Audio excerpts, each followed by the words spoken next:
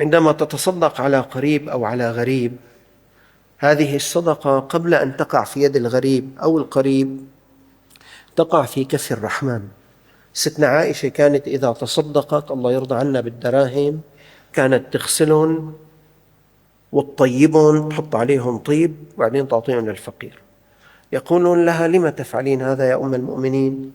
تقول: لأن الصدقة تقع في يد الله قبل أن تقع في يد المسكين.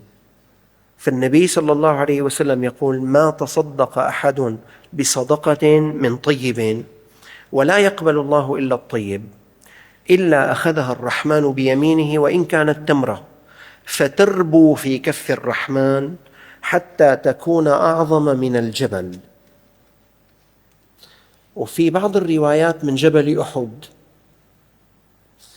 ويقول لي أحد سكان المدينة المنورة بأنه في رجل باحث في الجغرافيا تكلم عن جبل أحد، فقال: وزن جبل أحد 45,000 مليون طن. أظن هيك قال الرقم، 45,000 مليون يعني صار مليار، 45 مليار طن. الصدقة اللي أنت بتصدقها تمرة تربو في كف الرحمن حتى تصير أعظم من الجبل. وإذا في رواية هي صحة جبل أحد، يعني أطنان أطنان الأطنان.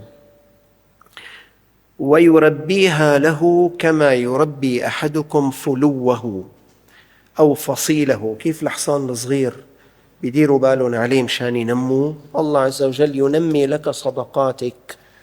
لذلك يا أخوان، ابذلوا من الصدقات، يعني اخلطوا أيامكم بالصدقات، ابذلوا الصدقات قليلة أو كثيرة. مرات قد يكون قلم تقدمه صدقة، مرات تمرة، مرات قليل من المال، مرات كثير من المال، بس أكثروا من الصدقات. قال رسول الله صلى الله عليه وسلم: إن الصدقة لتطفئ غضب الرب وتدفع ميتة السوء.